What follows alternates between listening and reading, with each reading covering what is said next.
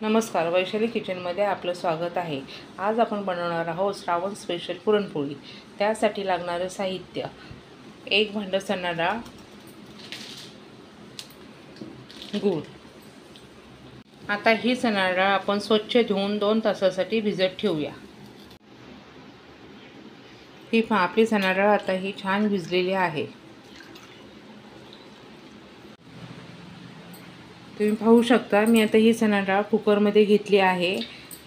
आपण ह्या भांड्याने एक भांड चणा डाळ घेतली होती। ते शिजवण्यासाठी आपल्याला इथे हे 2 भांडी पाणी लागणार आहे।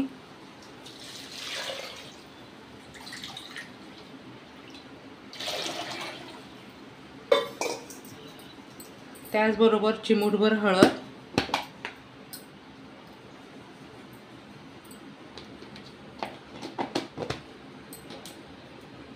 1 टेबलस्पून तूप। आता ह्याच्यामध्ये चांगलं मिक्स करून घेऊया आणि 4 शिट्ट्या होईपर्यंत आपण चणा डाळ चांगली शिजवून घेऊ।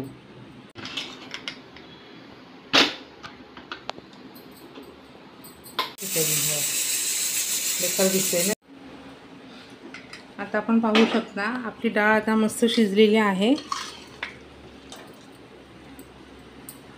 आपल्याला जशी हवी आहे तशी आपली डाळ झालेली आहे। आता आपण यातलं पाणी काढून घेऊया।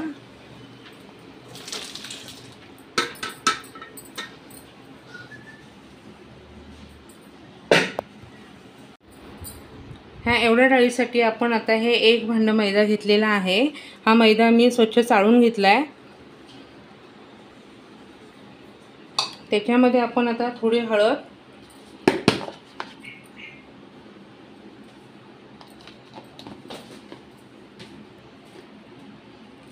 चवीनुसार मीठ,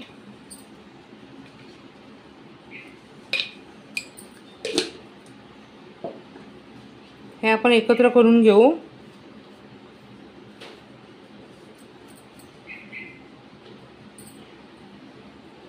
त्यामध्ये आपण 3 टेबलस्पून तेल घालूया। तेल मी इथे कच्चंच घेतलेलं आहे। तर हे आपण सगळं एकजीव करून घेऊ। हे पहा, आता आपण पिठाला चांगलं मळून घेतलेलं आहे। हे बघा, हे अशी मूठ बसली की तेल मस्त पिठाला चोळून झालेलं आहे। हे पहा, आता आपण पिठाला तेल छान चोळून घेतलेलं आहे।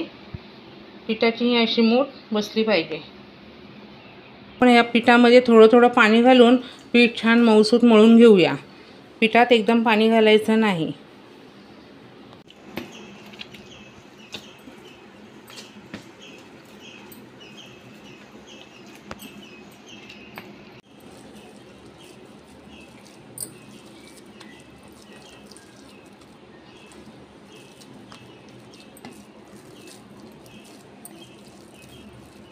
तुम्ही पाहू शकता, आता आपलं पीठ छान मळून झालेलं आहे।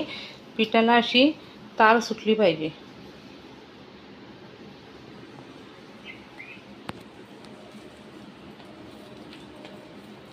आपण पुरण तयार करून घेऊ। कढई छान गरम झाली आहे। त्यामध्ये आता मी टाकते 1 चमचा तूप।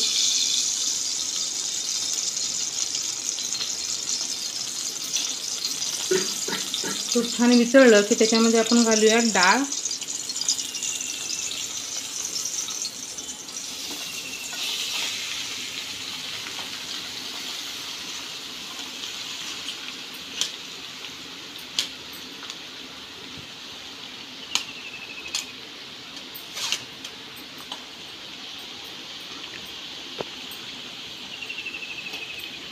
डाळ आपण ह्याच्यामध्ये छान परतून घेऊ। डाळ तुपामध्ये आपण छान परतून घेतलेली आहे। तर त्यामध्ये घालू आपण गूळ,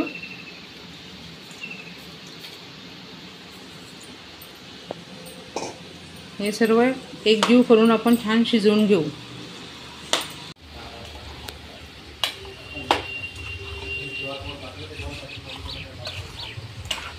हे पहा, हे पुरण छान घट्ट होईपर्यंत आपल्याला हे शिजवून घ्यायचं आहे। तुम्ही पाहू शकता आता आपलं पुरणही छान तयार झालेलं आहे. आता आपण ते थंड झाल्यानंतर वाटून घेऊ. तर यामध्ये आपण जायफळ आणि वेलचीची पूड घालून घेऊ. ते छान मिक्स करून घेऊ. आता आपण हे पुरण छान बारीक करून घेऊ.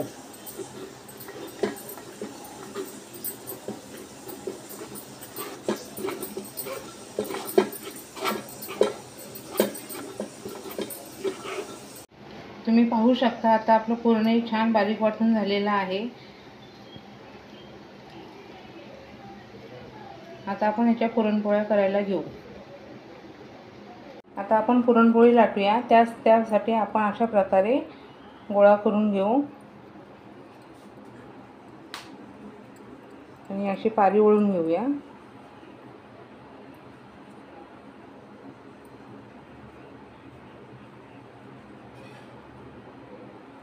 सारण ह्याच्यात भरून चारी साईडनी बंद करून घेऊ.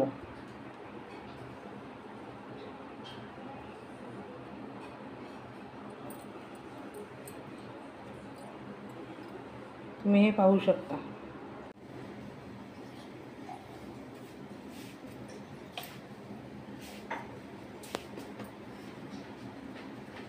आता आपण पुरणपोळी लाटून घेऊया.